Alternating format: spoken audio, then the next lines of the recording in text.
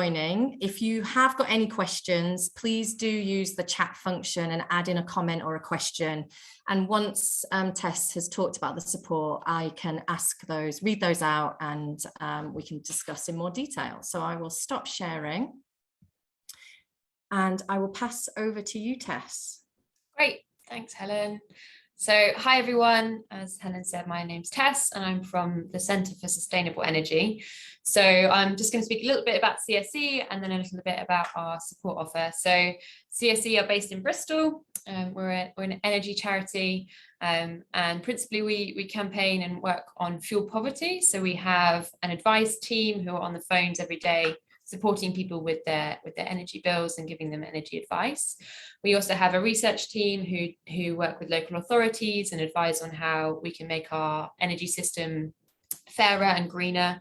And then I work in the communities team, where we work with other communities, smaller charities, schools, etc., and support their kind of action on fuel poverty and climate change.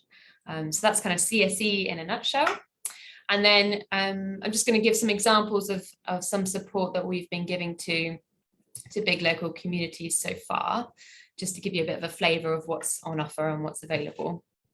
So one community that we're working with, we're helping them with their community building. So they have taken on an old Methodist church, which is great, and they're thinking about all the great community activities that they can have there. But their community building is quite old, so it's not very energy efficient. So one of the ways we're supporting this big local community with their asset, that community building, is we're working with them to find ways that their building can save money, save fuel, and obviously and save their impact on the planet, reduce their CO2 emissions. And sort of the first step that we've done with them is to conduct an energy survey, so an energy audit. So this is something that we support them to do. So CSE's energy audit is it's a really great tool. It's a walk around energy survey. So our partner in this community we're working with did sort of the physical walk around. So they walked around their building and they noted down things about their heating and their insulation, and everything about the building. And they then have given that back to us. And we've worked with the teams at CSE here to develop a bit of an action plan for them around how they can make that building as energy efficient as possible. So that's just one way we're working with one community group. And then another way, or another community we're working with, we're going to deliver in July an in-person workshop for a community, and this is very different to the first example I gave, and we're working with that community to kind of do a scoping exercise on climate change in their community. So we're going to be asking them, you know, what are the impacts of climate change in their community? How is it going to affect people? Who is it going to affect? And then how can we build resilience into that community as well? So we'll look at their big local plan. That's one way that we're working with big local communities to see how we can sort of climate proof their plan as much as possible. But we'll also look at their physical assets. So if there are any buildings, how can we make those more energy efficient? We'll also be looking at the people and the skills around them, so connecting up different organizations perhaps that they can work within their area. So we'll do that in person in about a month or so, this sort of scoping or mapping exercise. And then another example, so just one more that I'll give you, of how we're working with big local communities. The community that we're working with have actually developed quite a robust plan for a community building, and they're quite far down the road, as it were. They've had sort of architects and planners, etc. So they're kind of different in that respect from other groups that we've been working with. But what we're doing with this group is we're acting as what we call a critical friend. So we're meeting with that group on a monthly basis, and we're just checking in with them. How's the project going? Do you have any questions that CSE could answer? And yeah, just being, like I said, just that critical friend who can just perhaps have a different perspective on their project and their program, and just respond to them sort of as and when they need. So those are 3 examples of how we're working with big local communities. And as you could probably see, they vary quite a lot from sort of like a physical asset. How can you make this, you know, more energy efficient, better for the environment? And we've got more kind of a bird's eye view, as it were, for our other community. How is climate change affecting you, and what can we do to best combat that? And then we've got the last group that's perhaps a bit more kind of standoff, or a bit more, you know, just checking in every now and again to see how they're going. So that's just an example of a couple of groups. And then we're also running a peer networking sessions as well. So we do these every 6 weeks or every 2 months. And these peer networking sessions are online, and they're about an hour or an hour and a half. And that's for everyone in the big local community to come along to. And we usually focus on one topic. So far we've done fuel poverty, young people and climate change, and the last one we did just a few weeks ago was on green spaces and adaptation. So we tend to focus on one point, one subject, but we also have breakout rooms, and we've got lots of sort of prompted questions that we can ask people. And what those networking kind of sessions offer is just for a way for you as your big local community to connect with others all over the country. And they're really nice. They're a really good way just to share ideas and tips and tricks. And myself and Harriet, who's the other colleague that works with me at CSE, find them really, quite invigorating and inspiring events as well. So look out for those. As I said, they're usually every 6 weeks or 2 months. We usually have them around a lunchtime sort of session. So our next one, we're having a bit of a break over the summer because it's sort of summer holidays, etc. But we should have one sort of more towards the autumn. So look out for those. So that's, just another way that you can sort of get in touch with us about how you can change, perhaps add in some more climate focused activities to your big local area through that peer network. I think that's about it in terms of kind of a summary from me, as Helen sort of showed at the beginning. It's part of that 10 days support. And if you want to find out more, then you email the support at Local Trust.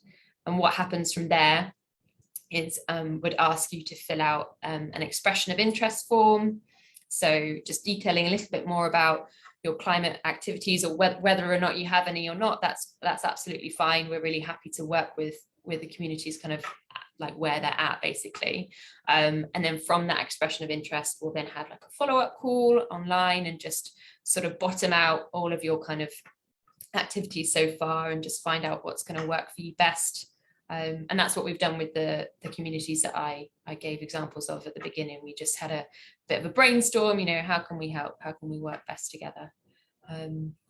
So that's kind of me from me, and I'm happy to field any questions. Thanks, Tess. That was really useful to get a kind of a better understanding of how CSE can support big local areas to climate proof their plan. There are a couple of questions that have come in, so I'll ask those. So the first one is, why should big locals be interested in this support? Good question. I guess from a pragmatic kind of stance, lots of funders are now looking at funding projects that have climate focused activities within them. So just from that kind of strategic kind of side, it would be really good to have those activities within your big local plan or your big local community, and funders are more and more interested in them. So being able to kind of open up that angle of your community work could benefit you from a financial or funding kind of perspective.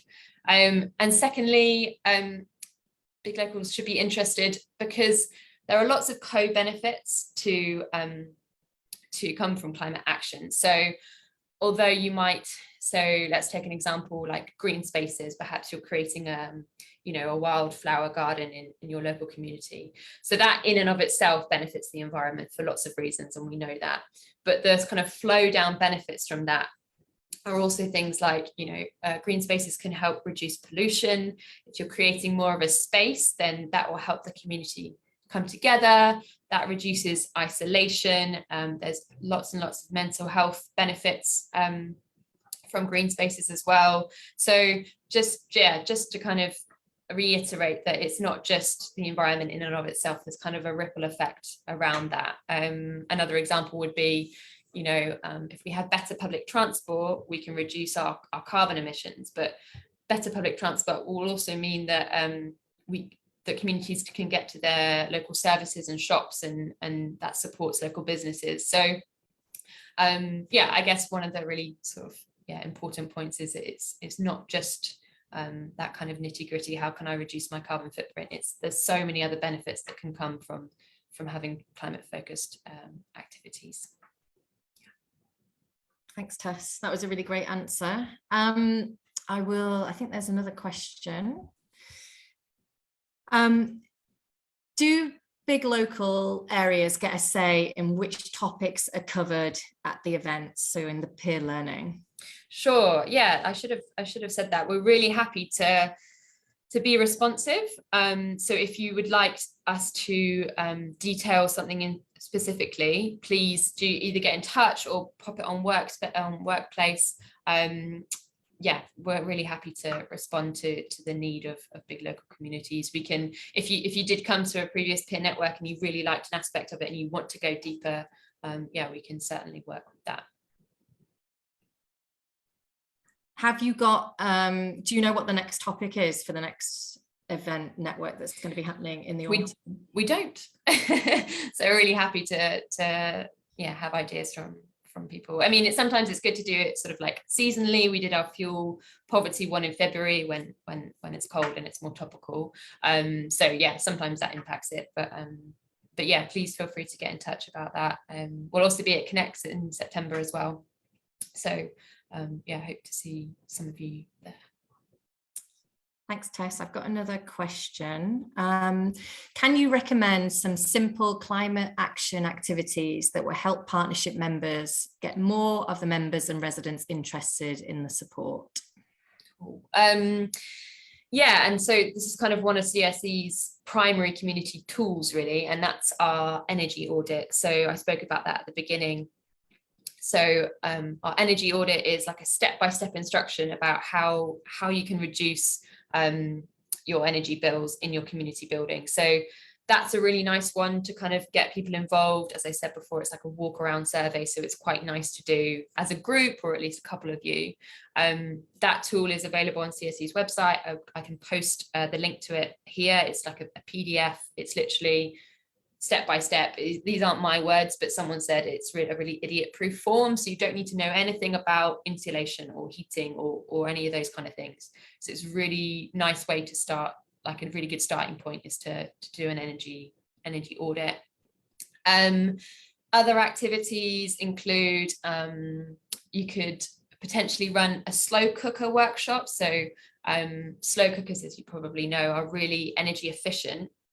And we've worked with communities before where we've in a community space, a community centre, and we often like piggyback on other community events. So perhaps if you're having, I don't know, a summer fair or some other event, if you have a slow cooker workshop, it's a really nice way for people to start talking about energy and saving energy over food. So food, as you probably know, is a great leveler. And we've had people coming to our slow cooker workshops talking about, healthy recipes and tips and tricks. And they're, just a really nice way to get people involved. It also combines with that sort of like food waste aspect. So making sure you're making the most of your meals and saving money, etc. And it's a really nice way to kind of bring the conversation towards energy that's not talking about energy bills, because talking about energy bills is not very exciting and can be a bit depressing. Nobody really wants to talk about their debt, but slow cookers is a really nice way to bring those conversations up in a kind of a more fun way. I think that's probably it for now. I've just written a blog which is on the Workplace as well, about how communities can respond to fuel to fuel poverty in the climate crisis. And that's got a number of tools and workshops, including a slow cooker workshop, and also including a draft make a snake workshop. So have a look at that if you want a few more pointers. Thanks, Tess. A question that came up at last week's Keep Connected was around kind of the challenge that some big local areas face to engage young people. Mm-hmm. So I just wondered if you had any more examples of where you are working with young people, and is sort of climate action a good way of engaging with different audiences? Yeah, sure. So what we found with working with young people on climate action is obviously it can be quite daunting for young people to hear about the statistics and the facts related to climate action. But if you can encourage them or help them to take really small actions within their communities, we've found that this is a really great way to be positive about it. So often nature is a really good starting point, getting people involved, or young people involved, in perhaps building like a bug hotel or a smaller wildflower kind of garden in a community space, and just getting them to do stuff with their hands is really nice, and it brings it away from the doom and gloom, unfortunately, of which climate change can sort of convey at most times if you read the headlines, etc. So yeah, getting them involved in nature, more hands-on activities and local things. So we've worked with groups who run like a local litter pick on a Saturday morning, and just sort of like seeing how they can make changes in their environment literally in front of their eyes, because as you probably know, sometimes climate change can seem this really sort of insurmountable, really big kind of heady problem. But if you can see something in your area as simple as just cleaning up your local park, that tends to work really well with young people. I should say our young people's peer network that we did in April, there's a clip of it, and there's also a recording on Workplace, and I'd really recommend watching it back. We had Zoe, a young person we've worked with, who I think she's only 17, and she delivered a really impactful, powerful presentation about how she's working on climate change at such a young age. It's really, so I'd really encourage watching that back if you're working with young people. Thanks, Tess. One other question that's come in. Can you offer any support around community gardens or growing projects? Sure. Yes, we can. So principally CSE is, more of an energy charity, but we also work with communities that are doing lots of green spaces. So we can link you up with things like Q Gardens. They have a really good page on their website about how you can make wildflowers within your community. We've got lots of ideas on creating green spaces. We have someone in my team called Kate, who was also involved in our peer network. She works a lot on a project called Green Influencers, and they do lots of outdoor gardening activities within the community. So we can definitely link you up with all of their ideas and projects. Thank you. I just saw that another question has come in. How can big local areas influence local and regional authorities around climate change? And do you have any examples which big locals could identify with? Sure. Very good question. I guess one good way of kind of getting in, as it were, to people who have decision-making power is to look at your neighborhood plan. So every local authority should have a plan around climate action. So that's quite a good place to go to and just see how and if your local authority is working on that. In terms of an example, there's Ambition Lawrence Weston, who've done some really fantastic things in their community. So they're a big local community, but they're based in Bristol. I would say that they're a really empowering group in terms of how they've responded to the climate crisis within their local area and their local authority. They've managed to create some wind energy, some wind turbines as well. So there's like a community energy stance to what Ambush and Lawrence Weston are doing as well. They've also they're involved with their local authority in trying to create more resources for people who are struggling with fuel poverty. So they've created like a crowdfunder.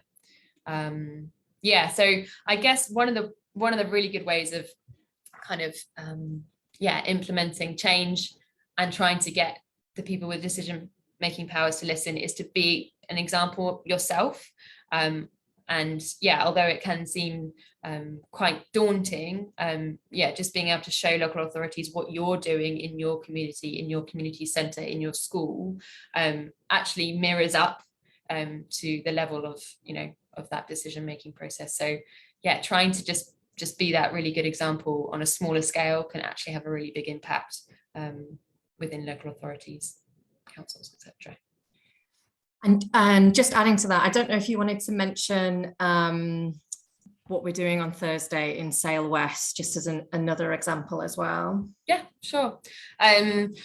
So on Thursday, I'll be going up to Manchester, well, just south of Manchester, and Sale West have developed a climate crisis conference across 6 different schools, which is going to be really fantastic. They've got the Mayor of Trafford coming along, and those schools are going to be giving presentations about their thoughts and what they think should be happening on climate within their area, all of the projects they've been doing. There's going to be presentations from the schools as well, and we've got a bit of a banner parade going on as well, literally showing showing those people what young people are thinking and what young people are doing on climate change. That's great. Lots of questions there, lots of information. Thank you so much, Tess, for coming along today. And thank you to everybody who joined on Workplace and asked questions. As Tess already mentioned, if you are interested, then do get in touch with us at support@localtrust.org.uk, and we can give you more information, and we will follow up with an expression of interest where you can kind of tell us more about your project, what it is you would looking to get from the support, and after that we will link you up with our Tess and her colleagues at Centre for Sustainable Energy. We also have a range of other support as well, so if you're interested in topics like community engagement or mastering your communications, get in touch and we can tell you more about those. And we have a Workplace Live happening tomorrow at the same time with our communications partners. But thank you so much. Thank you to everyone that came along, and we will see you soon. Thanks, everyone.